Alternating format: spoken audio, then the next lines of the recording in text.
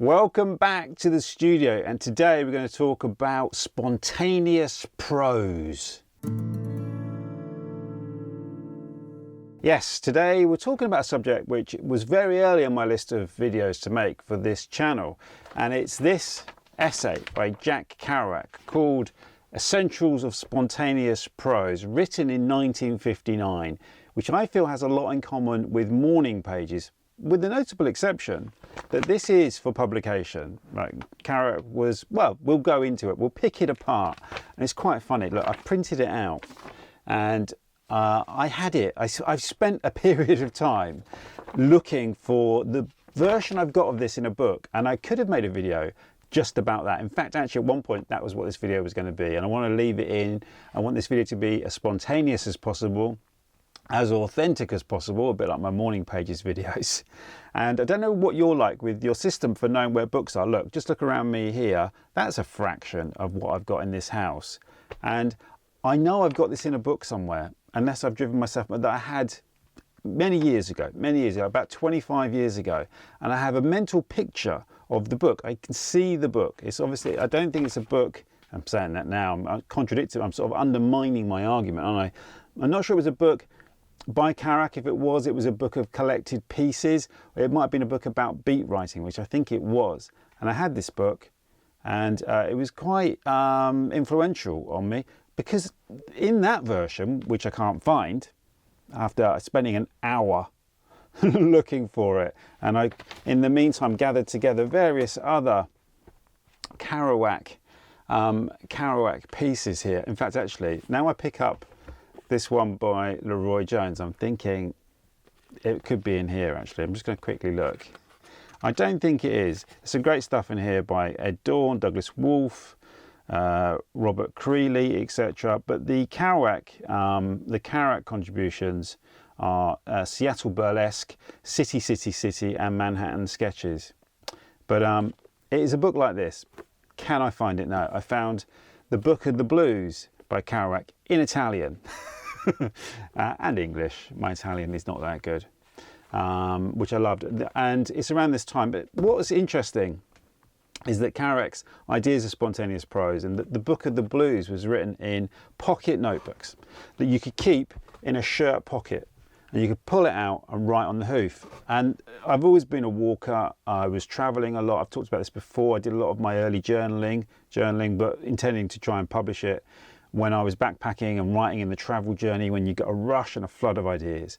So the idea that Jack Kerouac, who's the writer who inspired me to go off traveling anyway, when I read On the Road, the idea that he'd crystallized this into a kind of a recipe, if you like, a set of instructions, the Essentials of Spontaneous Prose, that was published either in 1958 or 1959. I found both references here on this paper, and I'll link to this below, by the way. It's a PDF, but I don't think it's, I think it's a PDF printed by a university, so I don't think it's bootlegging or anything.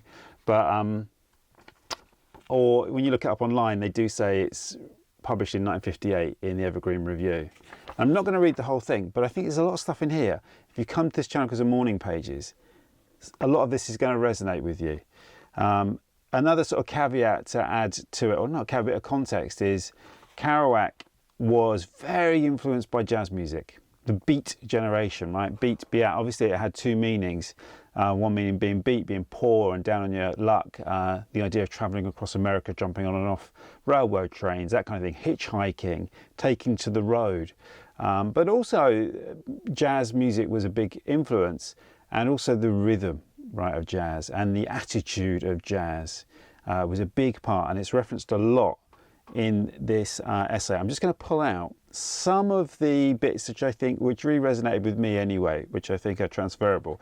And I thought what I would do is just pick out the little phrases because of the way Kerouac writes, but you can see how much of it I've highlighted. I think will come across on here. But like I say, I'll pick out these bits. The setup is interesting. So the first thing is the setup. The object is to set before the mind, either in reality, as in sketching, before a landscape, a teacup, an old face, or is set in the memory, wherein it becomes the sketching from memory of a definitive image object. Now he references back to this idea later on. That's why I read that bit. Procedure. Sketching language is undisturbed flow from the mind of personal secret idea words blowing, as per jazz musician, on subject of image. That's great, isn't it? Undisturbed flow of the mind of personal secret idea words. Very, I think that's very resonant with morning pages. Method. Again, this relates to morning pages. No periods separating sentence structures already arbitrarily riddled by false colons and timid, usually needless commas. A complete lack of punctuation.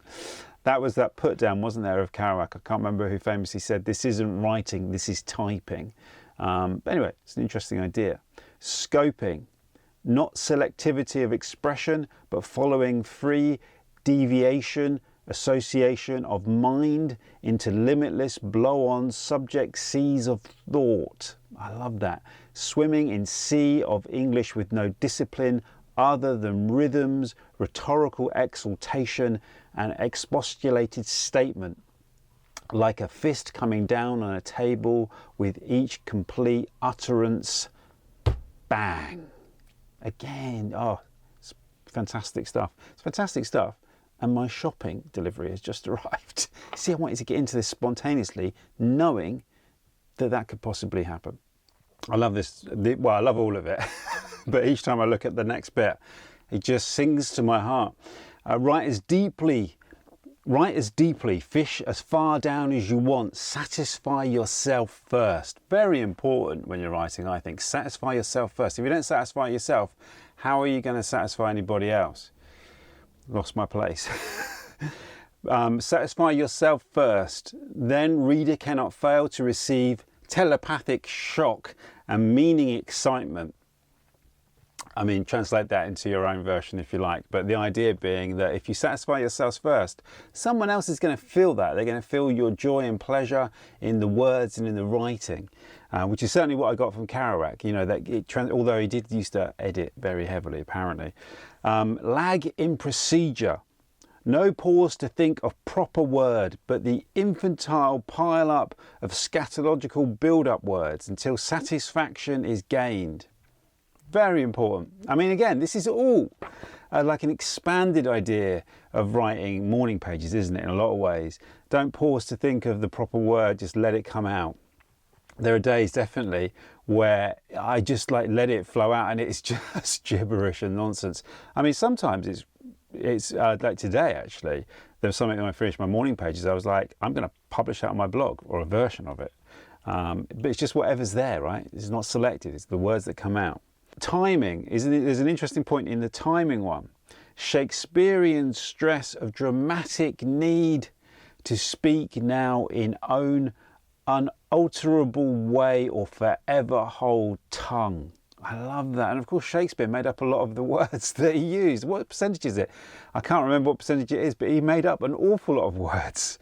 And it's that urgency. This is the word. This is the sound in my head. I'm going to use the word. I'm going to use the word now. And I love it when I see that in writing, when I read a piece of writing and there's a word that I think, what is that? That is just the impulse, a feeling from the writer manifested itself in this word that I've never seen before. I love that. Centre of interest. This is the reference back to the object in the mind, the subject, the thing you're focusing on. Begin not from a preconceived idea of what to say about image, but from dual centre of interest in subject image at moment of writing. Begin not from a preconceived idea. I think that's the most important thing. Don't think about anything else about what this thing you're writing about, if it is obviously often not an object, but whatever it is, don't have a preconceived idea of it. It's going to be what you're going to express about it. That's fantastic. Never afterthink, one word, afterthink. Never afterthink to improve or defray impressions. The best writing is always the most painful personal wrung out, tossed from cradle, warm, protective mind. Tap from yourself the song of yourself. Isn't that beautiful? Tap from yourself the song of yourself. I'm going to say it again as well. Tap from yourself the song of yourself. That's lovely. And he talks about, you know, craft has its place, but craft is craft. It's a separate thing. That's a separate thing. And I think that's the important thing. This is about getting it down. There will be craft involved in it.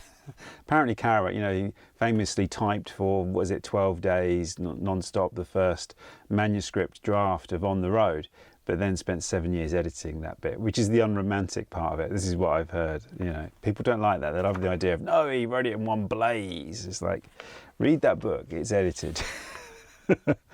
There is a structure of work. I'm not pulling any out because otherwise I'm just reading the whole thing, but he makes a point about the structure of the work, talks about science fiction. Mental state, though, this is important. Mental state. If possible, write without consciousness in semi-trance, allowing subconscious to admit in own uninhibited, interesting, necessary, and so modern language what conscious art would censor. Yeah, I'll read it again because obviously he's written this in the style of what he's talking about, you know, show not tell. Mental state. If possible, write without conscience. If possible, write without consciousness in semi-trance. Write without consciousness in semi-trance.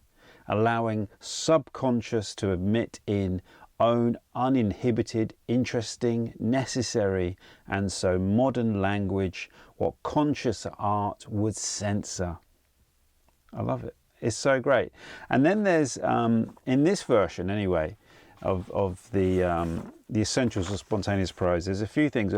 Belief and technique for modern prose, list of essentials. And this is just like a list of things. And here's just a couple I've picked out. There are 30 in total, but here's some I've picked out that I particularly like and I think are relevant to what we talk about here on the channel. Scribbled secret notebooks and wild typewritten pages for your own joy. Scribbled secret notebooks and wild typewritten pages for your own joy. Now that's almost morning pages, isn't it? Or your pocket notebook, your secret diary, your journal, whatever you want to call it. Number 4, be in love with your life. That's just a note, isn't it? That's just a good. Be in love with your life. Write about that. Number 5, something that you feel will find its own form. Wow, something that you feel will find its own form. Sometimes when I'm stuck writing about something, I'll ask myself, particularly if I'm recalling what a previous experience, a walk, isn't it, with me. I will, if I get stuck with it, I'll think, what was I feeling at the time? What was I feeling? And often that would be what I would write in my notebook, because all the other stuff, the facts and all the rest of it, I can look those up, I can read about them. But the feeling is there. It's a fleeting thing, and it can get you out of a hole a lot of the time. Number 8, write what you want, bottomless from the bottom of the mind. I don't really know what that means, but I think I know the sentiment of it. Write what you want, bottomless from the bottom of the mind. Just let it come out. Let it all come out. 13, remove literary, grammatical and syntactical inhibition. It's great. Again, this is very relevant to morning pages. Work from pithy middle eye out. That's not the bit I wanted to pull out there. Swimming in language sea. Swimming in language sea. Just plucking the words around. You're surrounded by words, all sorts of words on the sea, bobbing around, and you're just selecting what you want. Swim in that language sea. Isn't that beautiful? 23, keep track of every day, the date emblazoned in your morning. Very simple, practical thing, isn't it? But it's what we do with our morning pages. You write the date and then you just start writing. I love it.